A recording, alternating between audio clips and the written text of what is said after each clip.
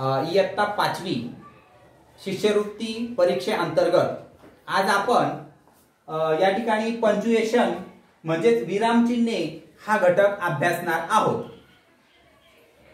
पंक्च्युएशनची काय गरज आहे हे समजून घेणं फार गरजेचं आहे। ज्या वेळेस आपण दैनंदिन व्यवहारामध्ये बोलतो त्यावेळेस आपण कुठे थांबायचं, आवाज चढ उतार, आरोह अवरोह, कसे कुठे या गोष्टी फार महत्त्वाच्या असतात, म्हणून ते समजून घेणं फार गरजेचं आहे। मग आपण सर्वप्रथम पाहणार आहोत कॅपिटल लेटर। मग कॅपिटल लेटर केव्हा काढायचा हे आपण एक एक गोष्ट समजून घेणार आहोत। बघा, वाक्य असतं, वाक्याच्या सुरुवातीचं जे अक्षर असतं ते आपण प्रथम कॅपिटल काढलं पाहिजे। त्यानंतर वाक्य संपलं आपण पूर्ण विराम देतो आणि पुन्हा त्याच्या पुढेही जर आपल्याला परत वाक्य लिहायचं असेल तर आपण त्या वाक्याची सुरुवात सुद्धा कशाने करायची, कॅपिटल लेटर्सनीच करायची। त्यानंतर व्यक्तीची जे नावं आहे, विशेष जे नावं असतात ते या ठिकाणी आपण कॅपिटल लेटरनी सुरुवात करायची असतात। बघा, जसं उदाहरणार्थ राधा हे काय प्रॉपर नाउन आहे, मग आपण राधा हे नाव लिहिताना त्याचा अक्षर हे कसं काढलं पाहिजे, कॅपिटल काढलं पाहिजे।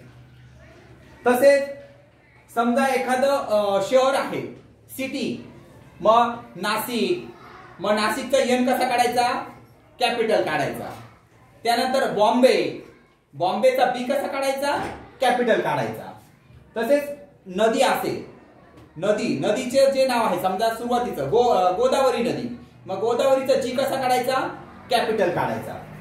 त्यानंतर पर्वत आहे, हिमालया, निलगिरी, मग एच कॅपिटल, निलगिरीचा एन कॅपिटल, है का नाही। हे जे प्रोनाउन आहे याचे पहिलं अक्षर हे आपण काय काढायचं असतं, कॅपिटल काढायचं असतं। त्यानंतर आपले डेज ऑफ द वीक असतात, है की नाही, वारांची नावं, मग त्या वारांच्या नावाचं पहिलं अक्षर हे कॅपिटल काढायचं असतं। जसं की बघा वेनसडे, मग वेनसडेचा डब्ल्यू हा कॅपिटल पाहिजे, संडे एस कॅपिटल पाहिजे। तसेच महिन्याच्या बाबतीत पण आहे, महिना म्हणजे जानेवारी, फेब्रुवारी, मार्च, एप्रिल, मे, जून हे महिने आहे की नाही इंग्रजी महिने, तर या महिन्यांचं सुरुवातीचं अक्षर हे कॅपिटल काढायचं। त्यानंतर आपले सब्जेक्ट जे विषय आहे त्या विषयाचं पहिलं अक्षर हे कॅपिटल काढायचं। जसं आपले विषय आहे मराठी आहे ना, इंग्लिश, हिंदी, मग हिंदीचा एच हा कॅपिटल काढायचा। त्यानंतर आपण जे बुक असतात, मोठे मोठे बुक असतात, त्या बुकचं जे नाव असतं त्याचं बघा, आता या ठिकाणी दासबोध हा हे नाव पुस्तकाचं नाव मी लिहिलेलं आहे, तर आपण सुरुवातीला द म्हणजे हा टी कॅपिटल काढलेला आहे आणि हा दासबोध हे नाव मध्ये आलंय, पण तरी सुद्धा याचं मात्र काय करायचं, आपण कॅपिटलच काढायचं आहे पहिलं अक्षर। त्याच्यानंतर आपण न्यूजपेपर बघतो आहे का नाही, सकाळ, लोकमत, गावकरी, पुण्यनगरी, मग यांचं सुद्धा पहिलं जे अक्षर आहे हे आपण काय करायचं, कॅपिटलच काढायचं। जसं की बघा, सकाळचा एस कॅपिटल आहे, लोकमतचा एल कॅपिटल आहे। त्यानंतर समजा आय, एखाद्या वाक्यामध्ये आय हे सर्वनाम म्हणून वापरला असेल म्हणजे प्रोनाउन, तर आपण ते कॅपिटलच काढलं पाहिजे। बघा इथे येस पहिले वाय कॅपिटल आहे सुरुवातीचा, आपण सुरुवातीला काय म्हटलं, पहिलं अक्षर हे कॅपिटल काढायचं, इथं काढलंय। त्याच्यानंतर मध्येच हा आय आला, परंतु हा मी या अर्थाने आलेला आहे, ठीक आहे, म्हणजे सर्वनाम म्हणून आलेला आहे। मग त्यावेळेस आपण हे अक्षर आय हे कॅपिटलच काढलं पाहिजे। त्यानंतर जोडून येणारा शब्द समूह, म्हणजे आपण ज्या बिल्डिंग मध्ये राहतो है का नाही, त्याचं काही विशेष नाव असतं। मग आता जसं की एखादी सोसायटी असेल है का नाही, गोवर्धन हाऊसिंग सोसायटी, त्याच्यानंतर पार्थ अंगण हाऊसिंग सोसायटी, मग याचे जे अक्षर आहे हे जरी मध्ये आले तरी त्याचे अक्षर जोडून येणारे जे असतात त्याचं प्रत्येकाचं लेटर हे सुरुवातीचं आपण कॅपिटल काढलं पाहिजे। त्याच्यानंतर आपल्या बघा गेटवे ऑफ इंडिया आता इथे एक तो अपवाद आहे, गेटवे ऑफ इंडिया. मग आता इथे ऑफ हे काय आहे, प्रिपोजिशन आलेलं आहे, प्रिपोजिशन आलेलं आहे, परंतु हे प्रिपोजिशन मात्र कॅपिटल नाही काढायचं. हा इथे अपवाद आहे. इथं जसं जोडून आलंय ना, हा ऑफ पण इथे जोडून आलाय, परंतु हे प्रिपोजिशन आहे म्हणून ते कॅपिटल काढायचं नाही. प्रिपोजिशन आपण स्मॉलच लिहित असतो.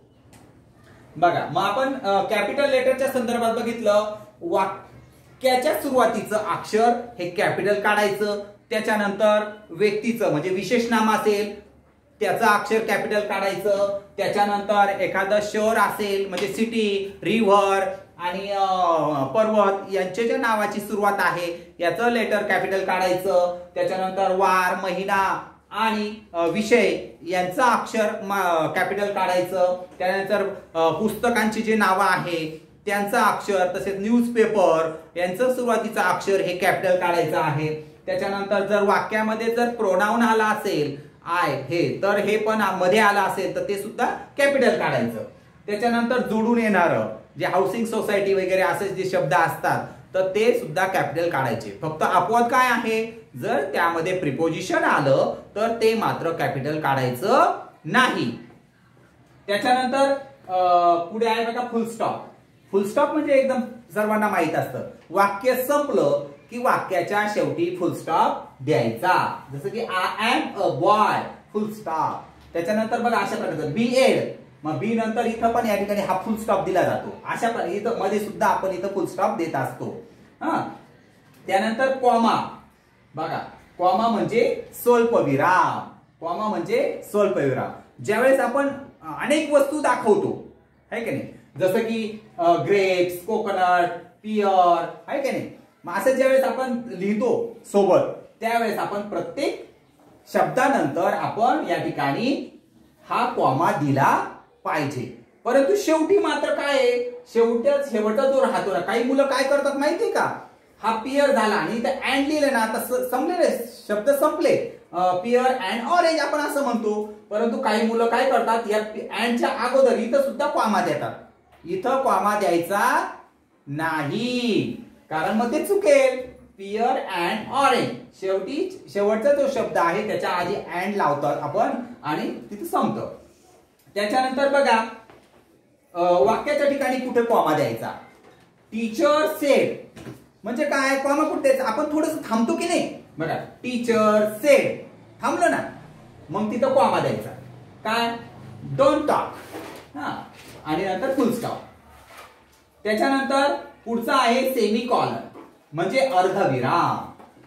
आता इथे स्वल्पविरामाच्या वेळेस आपण थोडं थांबतो, परंतु सेमी कॉलनच्या या ठिकाणी आपण थोडं जास्त थांबतो, थोडस जास्त थांबतो आणि म्हणून त्यावेळेस आपण हा सेमी कॉलन द्यायचा आहे म्हणजे अर्धविराम द्यायचा असतो. बघा उदाहरणार्थ, यू आर नॉटी, आपण म्हणतो यू आर नॉटी, थांबतो की नाही. मग अशा वेळेस आपण या ठिकाणी सेमी कॉलनचा वापर करायचा आहे. त्यानंतर कॉलन म्हणजे अपूर्ण विराम.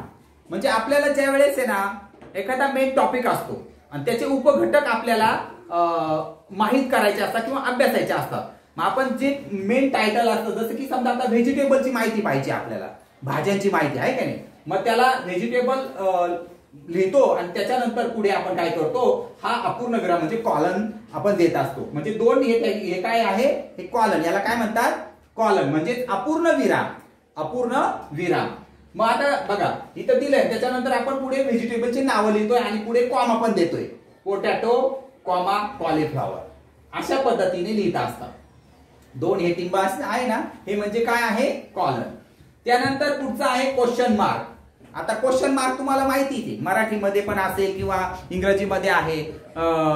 ज्यावेळेस आपण प्रश्न विचारतो त्या प्रश्नाच्या शेवटी आपण काय करतो, प्रश्नचिन्ह म्हणजे काय देतो, क्वेश्चन मार्क देतो.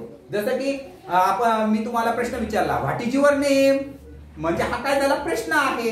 मग त्या प्रश्नाच्या शेवटी काय द्यायचा असतो, क्वेश्चन मार्क द्यायचा असतो. अशा प्रकारे म्हणजे WH टाईप. जसं की नंतर हाऊ असेल, हु असेल, हे जे आहे हे सुद्धा प्रश्नच आहे. त्याच्या शेवटी सुद्धा आपण काय करायचं असतं, आपण प्रश्नचिन्ह द्यायचं असतं. त्याच्यानंतर एक्सक्लामेशन मार्क म्हणजे उद्गारवाचक चिन्ह. मग आपण हे केव्हा वापरतो? समजा आपण अचानक एखादा साप बघितला, आपण लगेच अरे बापरे, आपल्या तोंडातून लगेच असे शब्द उद्गार निघतात की नाही? हा, मग बापरे, मग आपण तिथं काय करतो? उद्गारवाचक चिन्ह वापरतो. मग तसंच इंग्रजीमध्ये काय, एखादी गोष्ट आवडली, मग आपण व्हेरी नाईस, मग त्याच्या पुढे लगेच काय वापरायचं? एक्सक्लामेशन मार्क म्हणजे उद्गारवाचक चिन्ह. Wow, exclamation mark. त्याच्यानंतर ग्रेट, ओ आलास, ओ, म्हणजे असे जे उद्गार तोंडातून निघतात ना, त्यानंतर आपण एक्सक्लामेशन मार्क्स द्यायचा असतो. त्यानंतर आहे इन्व्हर्टेड कॉमा. इन्व्हर्टेड कॉमा दोन प्रकारचे असतात, एक एकेरी अवतरण चिन्ह आणि सिंगल आणि डबल. एकेरी अवतरण चिन्ह आणि दुहेरी अवतरण चिन्ह. मग आता आपण ते केव्हा वापरतो बघा. ज्ञानेश्वर रोट ज्ञानेश्वरी. मग आता ज्ञानेश्वरांनी काय केलं? ज्ञानेश्वरी लिहिली. मग आता हे जे पुस्तक आहे त्याला आपण काय केलं? एकेरी अवतरण चिन्ह या ठिकाणी दिलेलं आहे. त्याच्यानंतर दुसरं वाक्य बघा. दुसऱ्या वाक्यामध्ये दुहेरी अवतरण चिन्हाचा वापर या ठिकाणी आपण करत आहोत. मदर सेज, मदर सेज म्हणजे आपण थांबलो, कॉमा दिला आणि काय? Come here. ज्यावेळेस आपल्याला बोलवलं जातं त्यावेळेस आपण काय करतो? या ठिकाणी जे शब्द असतात त्याला आपण दुहेरी अवतरण चिन्ह देत असतो. डबल इन्व्हर्टेड कॉमा आपण त्या ठिकाणी देत असतो. त्यानंतर या ठिकाणी बघा अपॉस्ट्रॉफी म्हणजे काय? की ज्या ठिकाणी आपण चाचीचे म्हणजे कसं की श्रद्धा बॅग असं बोलतो की नाही, मग त्या ठिकाणी आपल्याला अपॉस्ट्रॉफीचा वापर करायचा असतो. बघा श्रद्धा म्हणजे एसच्या आधी वरती आपण हा या ठिकाणी अपॉस्ट्रॉफी द्यायचा असतो. त्याच्यानंतर डोंट, डोंट बघा इथे टीच्या अगोदर वरती आपण या ठिकाणी अपॉस्ट्रॉफी द्यायचा असतो. त्यानंतर आय एम. या ठिकाणी परत आणखीन एक आहे अनेक वचन म्हणजे ज्यावेळेस विचारलं जाईल त्यावेळेस मात्र तो मध्ये नाही देत, आपण शेवटी देतो. जसं की बघा गर्ल्स, गर्ल्सच्या नंतर या ठिकाणी अपॉस्ट्रॉफी दिलंय, एसच्या डोक्यावरती दिलाय आणि पुढे दिलेलं आहे हॉस्टेल, गर्ल्स हॉस्टेल. त्यानंतर बॉईज, बॉईज आता इथे मध्ये नाही, एसच्या अगोदर नाही दिलेलं आहे, नंतर दिलेलं आहे वरती. बॉईज स्कूल आहे का नाही. त्यानंतर हायपन म्हणजे संयोग चिन्ह. मग ज्यावेळेस आपण फादर इन लॉ असे जे शब्द लिहितो त्यावेळेस आपण त्याच्यामध्ये जे रेष देतो अशी आडवी त्याला म्हणतात हायपन. काय म्हणतात? हायपन म्हणजे संयोग चिन्ह. Peace maker. आणखीन याचा वापर कुठे केला जातो? ज्यावेळेस तुम्ही बघा वहीमध्ये लिहायला सुरुवात करतात आणि ओळ संपते आणि पण आपला तुमचा एखादा शब्द लिहायचा बाकी असेल त्यावेळेस शेवटी काय करायचं की डॅश देतो आपण असं, आहे का नाही. नंतर खालच्या ओळीत लिहायला सुरुवात करतो त्यामुळे सुद्धा त्याचा वापर या ठिकाणी करत असतात या हायपनचा. त्यानंतर पुढचा आहे कॅरिट म्हणजे काकपद. कॅरिट म्हणजे काकपद म्हणजे बघा एखादं वाक्य लिहिताना तुमचा जर शब्द मध्येच मिसिंग झाला आहे का नाही, मग त्यावेळेस तुम्हाला आठवलं अरे इथे शब्द राहिला, मग त्यावेळेस आपण अशा प्रकारचं कॅरेट आपण द्यायचं, हे चिन्ह द्यायचं आणि त्याच्या डोक्यावरती तो जो शब्द विसरला असेल तो शब्द तुम्ही त्या ठिकाणी लिहायचा असतो. जसं की बघा धिस इज बॉय आणि हा ए राहून गेला होता, धिस इज बॉय असं लिहिलं आणि हा अ राहून गेलेला होता. मग आपण इथं काय केलं, हे कॅरेट सिम्बॉल दिला आणि ए लिहिला. एखादा शब्द किंवा लेटर राहिला असेल तर त्यावेळेस आपण या कॅरेटचा वापर करत असतो. त्यानंतर पुढचा आहे डॅश म्हणजे अपसारण चिन्ह, है का नाही. आपण काय करतो, बोलता बोलता थांबतो आणि नंतर पुढचं वाक्य बोलतो. जसं की सी कम्स आणि नंतर थोडंसं थांबतो नंतर पुढचं बोलतो. अशा वेळेस आपण मध्ये जी आपण रेषा देतो त्याला म्हणतात अपसारण चिन्ह. त्याला काय म्हणतात, अपसारण चिन्ह. ती आली की गाडी गेली असं म्हणजे थांबलो ना, मग त्यावेळेस आपण काय कशाचा वापर करतो, या डॅशचा वापर करत असतो. तर बघा अतिशय महत्वाचा भाग हा होता. स्कॉलरशिपला या ठिकाणी जवळपास हा 6 मार्काला विचारला जातो. त्यामुळे आपण याचा बारकाईने अभ्यास केला पाहिजे. याचा सराव करण्यासाठी तुम्ही जास्तीत जास्त काय करायचं आहे, तुमचं पुस्तक वाचायचं आहे. त्या पुस्तकामध्ये कुठे फुल स्टॉप आहे, कुठे इन्व्हर्टेड कॉमा आहे, कुठे स्वल्पविराम आहे का नाही, कुठे सेमीकॉलन आहे, कॉलन आहे, क्वेश्चन मार्क आहे, याचा तुम्ही बारकाईने त्याचं निरीक्षण करायचं आहे. म्हणजे तुमच्या लगेच लक्षात येईल. आणि याचा सराव आपण सरावासाठी अनेक प्रश्न मी तुम्हाला देणार आहे, ते आपण पुढच्या तासाला बघणार आहोत.